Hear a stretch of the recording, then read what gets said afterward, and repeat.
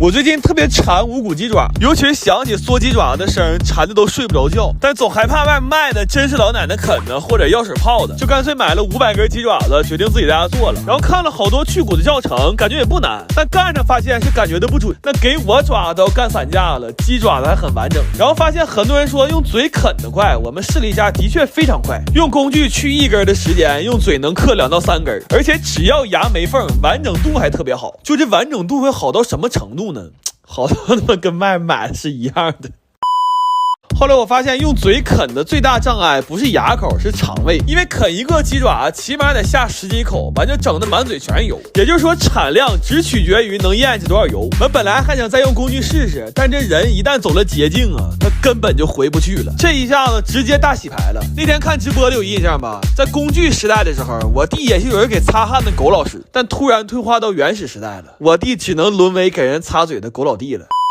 但用嘴啃吧，看不见就那么地了。问题这是明出亮灶啊！后来就决定一人拿个盆，自己啃自己的，正好口味也自己调了。这一宿去骨去的都给我干麻了。完寻活动活动，正好试试在唯品会新买的衣服。最近他们年终大促，满地羊毛可薅，搜狗送都贼划算。这双明星联名款到手才花几十，而且尺码不对还能喊顺丰上门换。夏天到了，这 T 恤啊、短裤啊都赶紧点评论区安排上呀。后来试完了，天都亮了，但还有小半锅鸡爪子实在整不动了，就决定给它卤。就在这一刻，我突然觉得人类的悲欢有那么一点相同了。这个世界上只要有人凌晨4点起床出门炸大果，就一定有人凌晨4点没睡在家炸鸡爪子。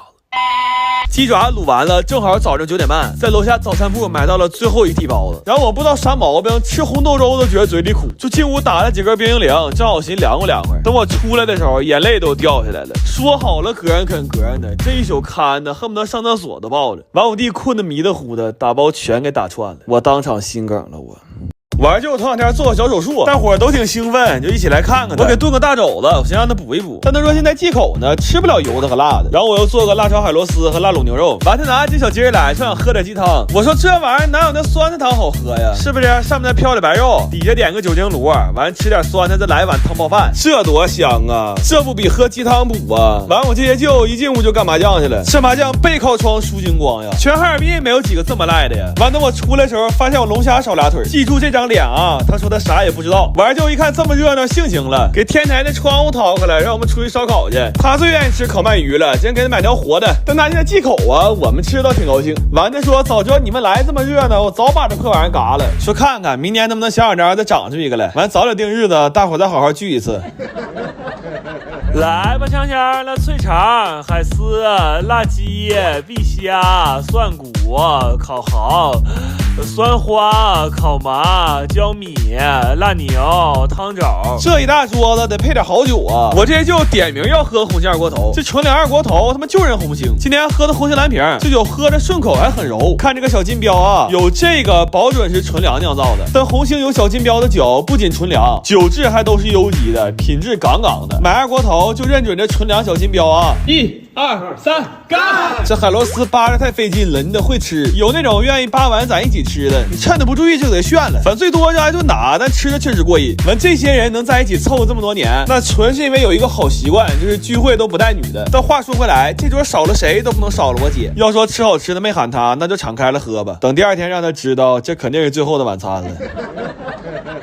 我最近发现个商机，那超市动辄几十上百一瓶的椰子油，居然在家用老椰就能做。老椰子多便宜啊，200块钱能买30个。今天要把这事儿整明白了，那下半辈不掏上了吗？但是老椰子椰汁不太好喝，完还不舍得扔，就先把水取下来留着看看玩意儿能干啥，然后找个不讨厌的地方把椰子壳摔了。后来取椰子肉可遭了大罪了，这点活从天亮干到天黑，一个整块的都取不出来，就感觉别人买的老椰都是来报恩的，我买的都是来讨债的。问题这才第2步啊，我们就已经快缺氧了。我当时满脑就想起一句话：先帝创业未半而中道崩殂。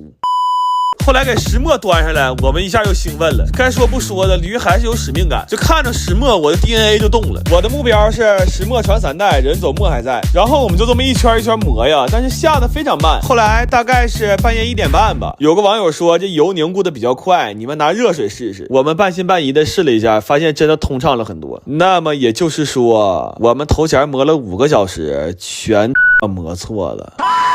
得亏当时直播了呀，我决定配个手机，以后专门直播用。再转着买了个二手的苹果11，我新的4000多呢，完才花1800，用着跟新的似的，完比新的还便宜2000多。浅试了一下，玩游戏不卡，耗电也不快，他们还能提供验机报告，而且免费保修1年。有想换手机的，推荐你们去转转看看。然后椰肉呢，一共是磨出这么些汁儿，先磨出来的已经凝结出很多油了。我一看就这个成色，过了这一宿我不是发了吗？还筛出2份椰肉，但我现在已经看不上这点玩意儿了。等天亮找裁缝，给我买风筝枕头送去。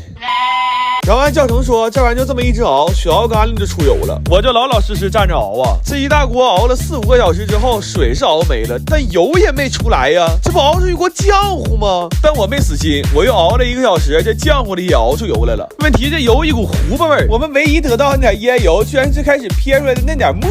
也就是说，30个椰子，4个大小伙子，24小时就熬出来1碗底椰子油，而且最后居然熬了6个小时水。那我算完这账，这几个老嫂当场乳腺增生了，哥们儿。我最近发现，只用大米和水居然能做出来米线，这事儿我太想试试了。我从来也没吃过不放胶的米线呢。主要是我看了一个教程，它写的也不太难。它的原理呢是先想办法把馅米变成粘米粉，后面就跟做手擀面差不多了。我一看这个我行啊，但是奈何它人生无常啊。我们干了20个小时，但其实就干出来仨事儿。拉磨，冰了几瓶元气夏日限定的海盐水果，做米线失败。我后来半夜时候非常暴躁，因为之前不管做的好吃难吃，它起码有口吃的。你等今天这个，我们即将迎来的却是一锅热气腾腾的大米汤。后来我仔细研究了一下这个教程，我发现这个傻作者好像是卖米线的，但是好在有粉了。我睡醒之后又研究了一下大姨和花花的教程，这回明显靠谱多了，但问题是它粘性够了，胶性不够。下锅之前都可好了，但一煮就碎了。后来我们又翻到了一个金点子，是把米饭蒸熟了，打成团的压面条。家里倒是有蒜捣的，但没捶2下，小胖就掉凳了。后来就拿地下捶去了，但是时间太晚了，怕这么捶把楼下老太太捶没了。然后为了减少地板的共振，就把我弟垫蒜脑底下了。但是这样有可能老太保住了，地没了，所以这个金点子我们也放弃了。看着这段直播的人，那纯属是掏上了。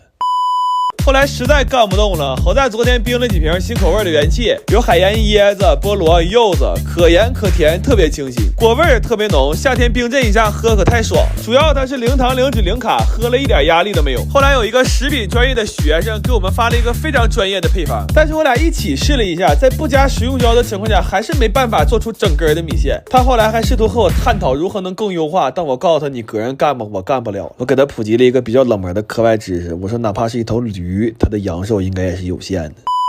做了2天2夜，我们到底还是没能只用大米和水做出一份米线。第3天上午，我们把这2天失败的米线都打扫了，做了3天2宿，做出一锅骨汤大米粥配肉酱。那赶小胖讲话了，我们本来是想做全网最真实的美食博主，但现在最多算是个最真实博主，我们做不出美食来了。